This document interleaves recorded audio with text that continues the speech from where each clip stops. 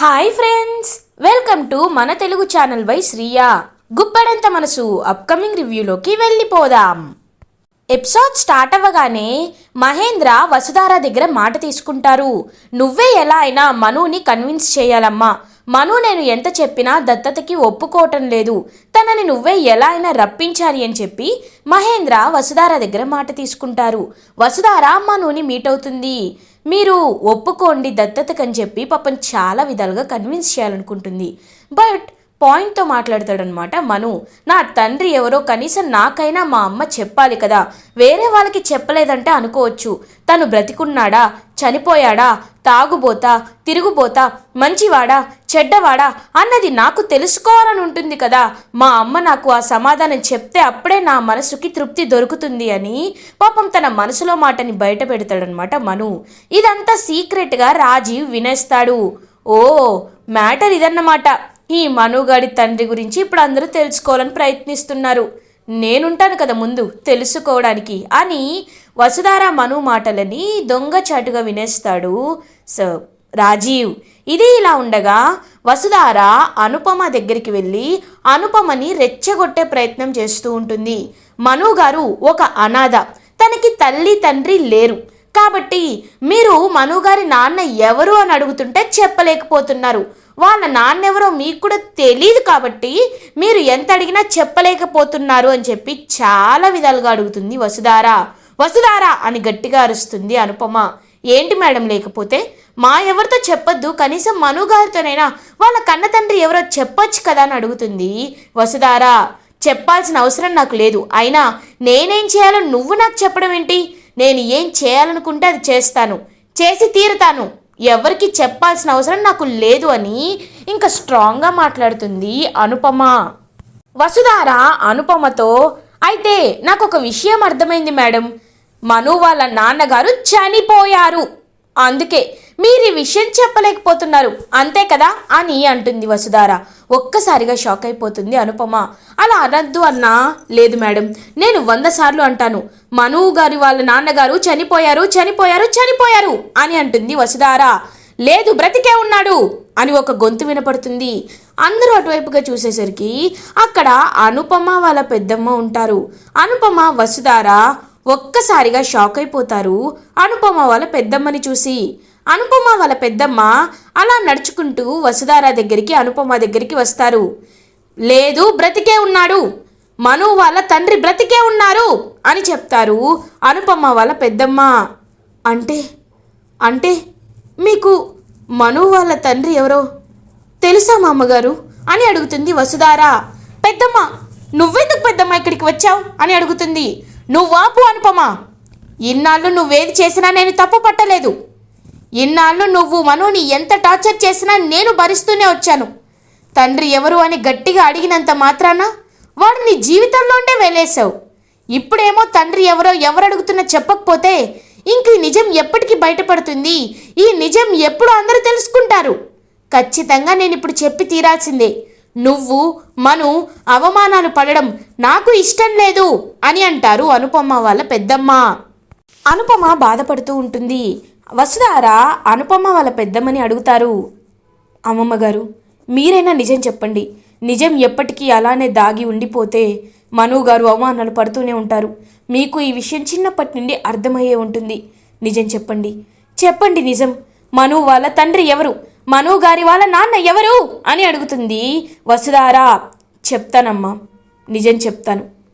అసలు ఈ కథ ఎక్కడ మొదలైందో తెలుసా అని ఫ్లాష్ బ్యాక్లోకి వెళ్తారు అనుపమ వాళ్ళ పెద్దమ్మ.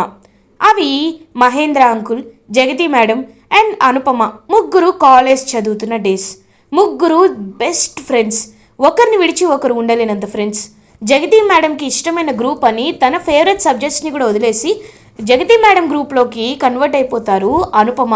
అంత ఇష్టం జగతి మేడం అంటే. అలా ముగ్గురు ఎంతో హ్యాపీగా కలిసి ట్రావెల్ చేస్తూ, కలిసి చదువుకుంటూ, కలిసి అన్ని ఇంట్రెస్ట్ షేర్ చేసుకుంటూ మంచి అభిప్రాయం కలిగి ఉంటుంది. కానీ ఇక్కడ ఎవరికి తెలియని విషయం ఏంటి అంటే అనుపమ మేడం మహేంద్రని ప్రేమిస్తారు. మహేంద్రని చాలా డీప్గా లవ్ చేస్తారు. కానీ ఆ విషయం చెప్పాలి అని వెళ్ళేలోపే మహేంద్ర జగతి మేడం ఇద్దరూ క్లోజ్గా కనిపిస్తారు అనుపమకి. అనుపమ ఒక్కసారిగా షాక్ అయిపోతుంది. మహేంద్ర జగతి దగ్గరికి వెళ్తుంది అనుపమ. ఇంకా జగతి మేడం, నేను మనస్ఫూర్తిగా మహేంద్రని ప్రేమిస్తున్నాను, నువ్వే మమ్మల్ని ఎలా అయినా కలపాలి అని చెప్పి ఇంకా జగతి మేడం అయితే అనుపమ దగ్గర మాట తీసుకుంటారు. అలా అనుపమ మేడం తన మనసులో మహేంద్రపై ఎంత ప్రేమున్నా దాన్ని చంపేసి మరి ఇంకా జగతి మేడంని మహేంద్రని కలుపుతారు. లైక్ వాళ్ళ ఇంట్లో దేవయాని వాళ్ళు ఒప్పుకోకపోయినా ఎదిరించి వీళ్ళిద్దరికీ దగ్గరుండి పెళ్లి చేసి వీళ్ళని చాలా హ్యాపీగా చూసుకుంటారనమాట అనుపమ. కానీ మనసులో మహేంద్ర అంటే మాత్రం చాలా ప్రేమ ఉంటుంది అనుపమకి. ఇటువైపు ఇంకా జగతి మేడం ప్రెగ్నెంట్ అవ్వడం, ఇంకా జగతి మేడం అలా ఇంకా జగతి మేడంని దగ్గరుండి అనుపమనే చూసుకోవడం అదంతా జరుగుతూ ఉంటుంది. జగతి మేడం డెలివరీ టైం అయితే దగ్గర పడుతుంది. ఇంకా జగతి మేడంకి అలా పెయిన్స్ వస్తాయి. జగతి మేడంని హాస్పిటల్కి తీసుకువెళ్తారు మహేంద్ర అండ్ అనుపమ.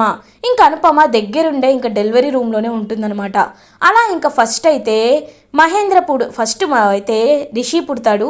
ఇంకా రిషి తర్వాత మను పుడతాడు. ఇంకా ట్విన్స్ని చూసి ఒక్కసారిగా షాక్ అయిపోతుంది అనుపమ. ఇంకా ట్విన్స్ ఎందుకున్నారని చెప్పి డాక్టర్ని అడిగేసరికి కొన్నిసార్లు ఇలా ట్విన్స్ అని మనం త్వరగా ఐడెంటిఫై చేయలేం, బట్ ఇది మిరాకిల్ అని చెప్పి డాక్టర్ చెప్తారు.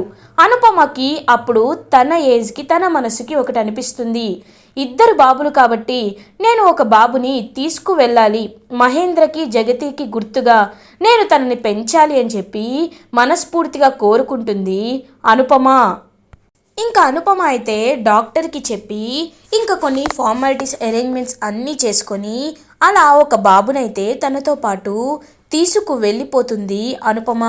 మహేంద్ర, జగతి, నన్ను క్షమించండి, ఎవ్వరూ చేయలేని తప్పు, ఎవ్వరూ చేయని పని నేను చేస్తున్నాను.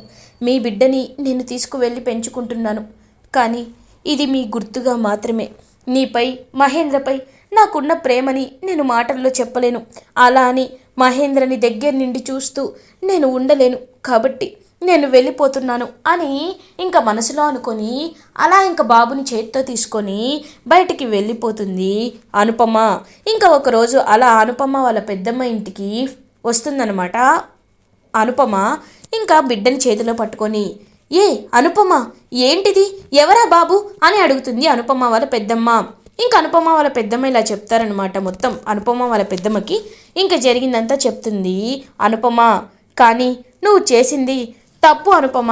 రేపు పెద్దయ్యాక వీడు నాన్న ఎవరని చెప్తే మహేంద్ర అని నువ్వు చెప్పలేవు కదా అని అంటారు.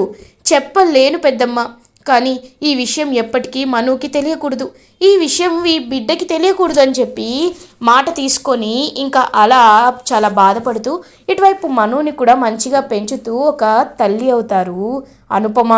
ఇలా ఇంకా స్టోరీ మొత్తం ఫ్లాష్ బ్యాక్ అంతా చెప్తారు అనుపమ వాళ్ళ పెద్దమ్మ. అదంతా విన్న వసుధార ఒక్కసారిగా షాక్ అయిపోతుంది. అంటే అంటే మీరు అంటుంది అని అంటారు. అవునమ్మా, మీ రిషి, మను ఇద్దరూ కమల పిల్లలు, ఇద్దరూ మహేంద్ర జగతి కొడుకులే అని చెప్తారు అనుపమ వాళ్ళ పెద్దమ్మ. ఇంకా వసుధార అయితే ఒక్కసారిగా షాక్ అయిపోతుంది. ఈ నిజాన్ని మనుతో చెప్పుకోలేక, ఎవరితో బయట పెట్టలేక అనుపమ ఇన్నేళ్ళు ఎంత యాతన అనుభవించిందో కేవలం నాకు మాత్రమే తెలుసమ్మా. ఈ పెద్దమ్మగా నాకు మాత్రమే తెలుసు. నిజం తెలిస్తే ఎందుకు మను నన్ను నా తల్లిదండ్రుల నుండి దూరం చేశావని ఒక్క ప్రశ్న అడిగితే దానికి అనుపమ సమాధానం చెప్పలేదు. అందుకే ఇన్నాళ్ళు తను ఈ విషయాన్ని అందరి ముందు దాచిపెట్టింది. కానీ ఇప్పుడు నువ్వు మను తండ్రి చనిపోయాడు అని అంటుంటే నేనది వినలేకపోతున్నాను. కాబట్టే ఈ నిజాన్ని బయటికి చెప్పవలసి వచ్చిందమ్మా అని అంటారు అనుపమ వాళ్ళ పెద్దమ్మ. ఇంకా వసుధార అయితే ఒక్కసారిగా అలా స్టన్ అయి ఉండిపోతుంది. మేడం, మీ మనసులో ఇంత బాధను దాచుకున్నారు, కానీ ఎందుకు మేడం, ఇదంతా ఎందుకు మీరు చేశారు? అంటే మీరు మహేంద్ర మావయ్యని అంతలా ప్రేమించారా అని అడుగుతుంది వసుధార. నీకు తెలీదు వసుధార, నేను మహేంద్రని ఎంతలా ప్రేమించాను, కానీ నా మొండితనమే వాళ్ళని కలిపింది, వాళ్ళని ఎప్పుడూ హ్యాపీగా ఉండేటట్లు చేసింది. ఒకవేళ నా ప్రేమని బయట పెడితే మహేంద్ర ఎలా రియాక్ట్ అయ్యేవాడో నాకు తెలీదు. కానీ జగతితో మహేంద్ర, జగతి బ్రతికున్న నాళ్ళు హ్యాపీగానే ఉన్నాడు. నాకది చాలు. ఇంకా నేను ఈ జీవితంలో ఒంటరిగానే మిగిలిపోతాను. మనునే నా కన్న కొడుకు కింద భావించాను అని పాపం ఎమోషనల్గా చెప్తారు అనుపమ. కానీ ఈ విషయం మనోగారి దగ్గర ఎన్నాళ్ళు మీరు దాచాలనుకుంటున్నారు మేడం? ఈ విషయం మనోగారికి చెప్తే వారు చాలా హ్యాపీగా ఫీల్ అవుతారు. నేను వెళ్ళి చెప్తాను అని అంటుంది వసుధార. వద్దమ్మా, వద్దు వసుధార, అలా చెప్తే మను చెప్పాను కదా నన్ను ఎందుకు దూరం చేశావని ప్రశ్నిస్తాడు. నేను కన్న తల్లిని కాదని తెలుసుకుంటే నా మనసు ముక్కలైపోతుంది. అది మాత్రమే కాదు, మహేంద్ర నాపై నిప్పులు చెరుగుతాడు. ఎందుకు నా బిడ్డని నా నుండి దూరం చేశావని మహేంద్ర నన్ను సూటిపోటి ప్రశ్నలతో హింసిస్తాడు. నేను ఆ ప్రశ్నలకి సమాధానం చెప్పలేం. చూడు వసుధార, ఈ నిజాన్ని మనుకి మహేంద్రకి అస్సలు తెలియనివ్వద్దు వసుధార అని ఇంకా వసుధార దగ్గర మాట తీసుకుంటుంది అనుపమ. వసుధార మేడం అని అంటుంది. అవును వసుధార, ఈ విషయం ఎవరికీ తెలియకూడదు అని ఇంకా పాపం చెప్తారనమాట వసుధారకి అనుపమ. ఇదంతా కిటికీలో నుంచి వింటూ ఉంటాడు రాజీవ్. ఆహా, నా మరదల్ని ఫాలో అయితే ఏదో యాడ్లో 2 లడ్డూలు కావాలా నాయనా అన్నట్టు ఆ మనుగాడితో గొడవ విషయం తెలిసింది. ఇప్పుడు మనుగాడు నిజంగా మహేంద్ర సార్ కన్న కొడుకని తెలిసింది. అయినా ఇదంతా నాకెందుకు, నా మరదలే కదా నాకు కావాల్సింది. ఇప్పుడు ఏం చేయాలి? అయినా ఈ మనుగాడు భూషణ్ ఇంటి వారసుడా?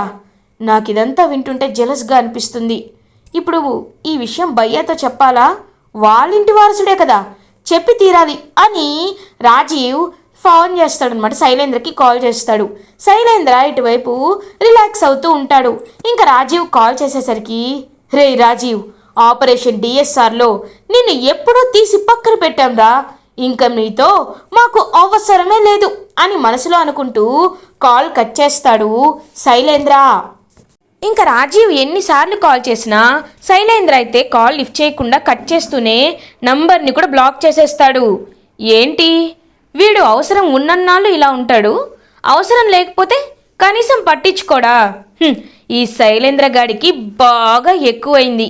నా గురించి వీడికి ఇంకా తెలీదు. నీ రాజీవ్ అంటే ఏంటో చూపిస్తా, రేపు మార్నింగే అందరికీ చూపిస్తా అని ఇంకా హ్యాపీగా అక్కడి నుండి వెళ్ళిపోతాడు మహేంద్ర గురించి ఆలోచిస్తూ రాజీవ్. ఇది ఇలా ఉండగా నైట్ అవుతుంది. మను ఇంటికి రీచ్ అవుతాడు. కానీ అనుపమ వాళ్ళ పెద్దమ్మ మాత్రం ఇంట్లో ఉండదు. ఓల్డీ ఎక్కడా? ఎప్పుడు నాకు చెప్పకుండా బయటికి వెళ్ళదే, మరి ఓల్డీ ఏంటి ఇంట్లో లేదు అని ఇంకా వాళ్ళ మామగారికి కాల్ చేస్తూ ఉంటాడు మను. కానీ కాల్ కూడా లిఫ్ట్ చేయరు.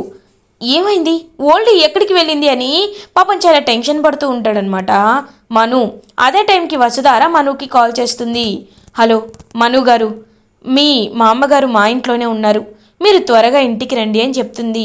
ఇంకా మను అయితే వసుధార వాళ్ళ ఇంటికి వెళ్తాడు. అనుపమ వాళ్ళ పెద్దమ్మ, అనుపమ, వసుధార కూర్చొని మాట్లాడుకుంటూ ఉంటారు. ఓల్డీ ఏంటిది, నాకు చెప్పాలి కదా, చెప్పకుండా వెళ్ళిపోతే ఏంటని అర్థం అని గట్టిగా అరుస్తూ ఉంటాడు మను వాళ్ళ అమ్మమ్మ మీద. ఇంకదంతా చూస్తున్న వసుధారాకి రిషి గుర్తుకు వస్తాడనమాట. ఒక్కొక్కసారి రిషి కోపంగా ఉన్నప్పుడు మీకు చెప్పి వెళ్ళాలని తెలియదా అని చెప్పి గట్టిగా అరిచిన విషయాన్ని గుర్తు చేసుకుంటూ ఉంటుంది Vasudhara.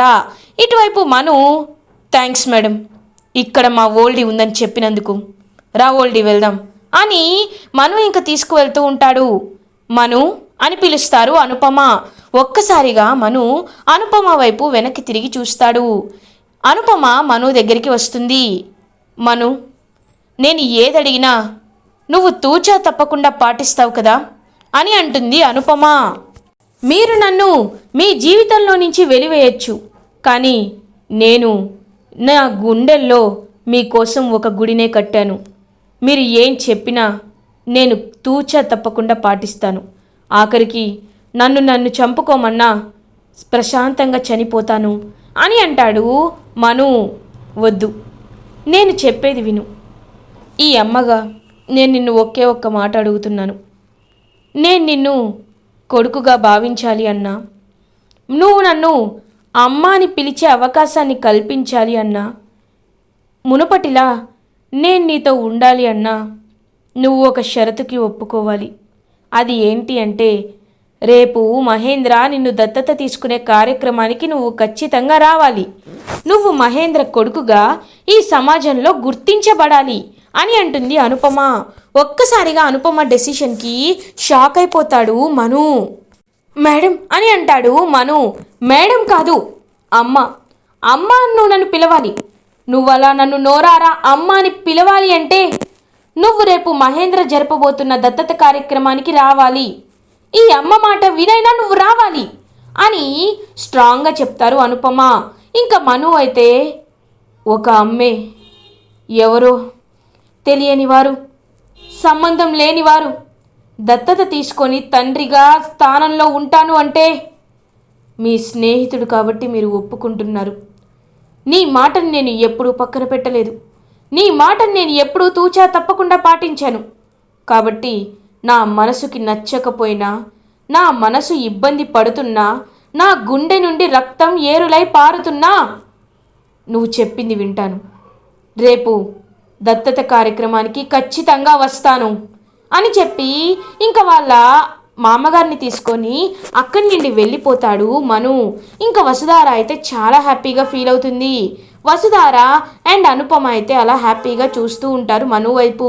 Thank you madam, thank you so much. మీరు మను గారిని ఒప్పించినందుకు చాలా హ్యాపీగా ఉంది.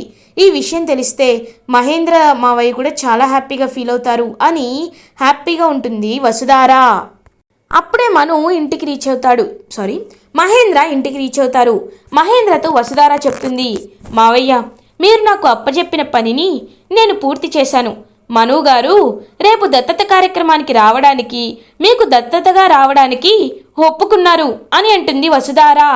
చాలా హ్యాపీగా ఫీల్ అవుతారు మహేంద్ర. ఏమ్మా వసుధార, నువ్వు చెప్పేది నిజమా? మను ఒప్పుకున్నాడా? నాకు చాలా సంతోషంగా ఉందమ్మా అని హ్యాపీగా ఫీల్ అవుతారు మహేంద్ర. మహేంద్ర వైపు చూస్తూ వసుధార మనసులో, మావయ్య మీరు ఎంతో హ్యాపీగా ఉండాలి. మీకు అసలైన నిజం తెలిస్తే ఇంకా సంతోషంగా ఫీల్ అవుతారు. కానీ అనుపమ మేడంకి నేను మాట ఇచ్చాను మావయ్య. అందుకే మను గారు మీ కన్న కొడుకేనని నేను చెప్పలేకపోతున్నాను అని పాపం మనసులో అనుకుంటుంది వసుధార. అలా ఇంకా హ్యాపీగా ఉంటారు మహేంద్ర, వసుధార అండ్ అనుపమ. ఇలా ఎపిసోడ్ ఎండ్ అవుతుంది. ఫర్దర్ ఎపిసోడ్ రివ్యూస్ ముందుగా మీకు కావాలి అనుకుంటే మా ఛానల్ని సబ్స్క్రైబ్ చేసుకోండి. Thanks for watching.